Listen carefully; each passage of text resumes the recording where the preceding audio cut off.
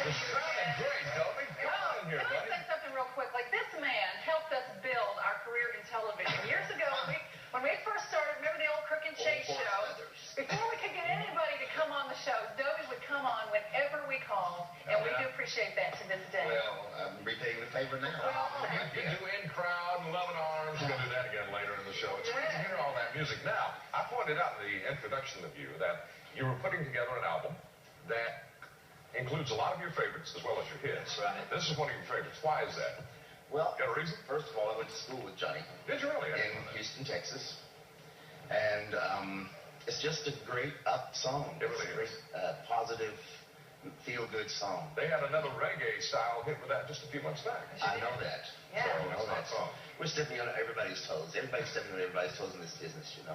But isn't it true that a great song keeps coming back? Yeah, I was going to say longevity. It's just something that you can't take away from a great song. You know, you just can't do that. Now, what are some of the other favorites besides your own mini hits that you're going to put on this Diamond Cut?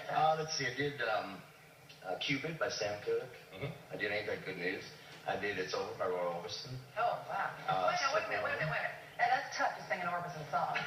Don't you think? Yeah, it was tough. How'd you do? You think you did? Pretty good. Oh, you did great. I know you. Now, let's talk about the hits, your own hits that you're going to include on there. And, of course, that would be In Crowd, Loving Arms. Are you doing these over again? Are these remakes? Doing them all over again. Now, how are you going to do them differently this time around? Because they were Actually, the classics. idea is to do them like they were, close to like they were, and kind of bring them up to the 90s, you know. All right, well, you've done some comparison, I'm sure. How's your voice compared now as to 30 years ago? I'm better, Charlie. I know you're better, but I mean, to you personally, you say, boy, am I really that different? Is there a big difference? I tell you what, you have to drop some of them a couple of keys. Really? Yeah, when you get to be 35.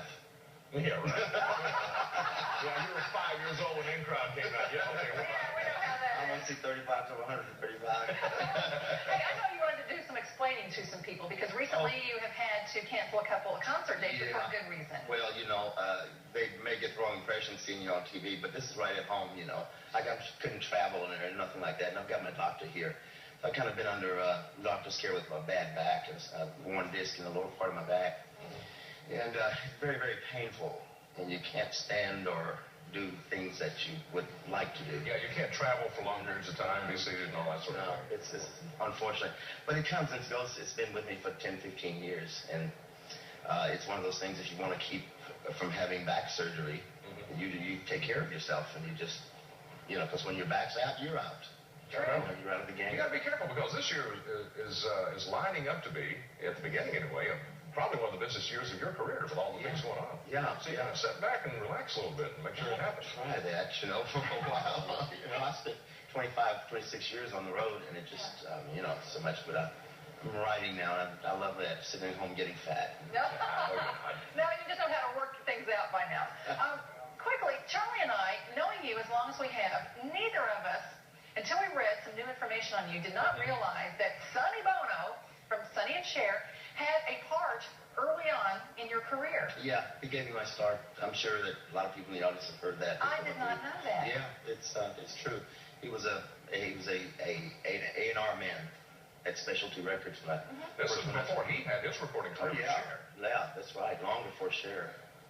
And, well, not too long. Maybe a year, a couple months.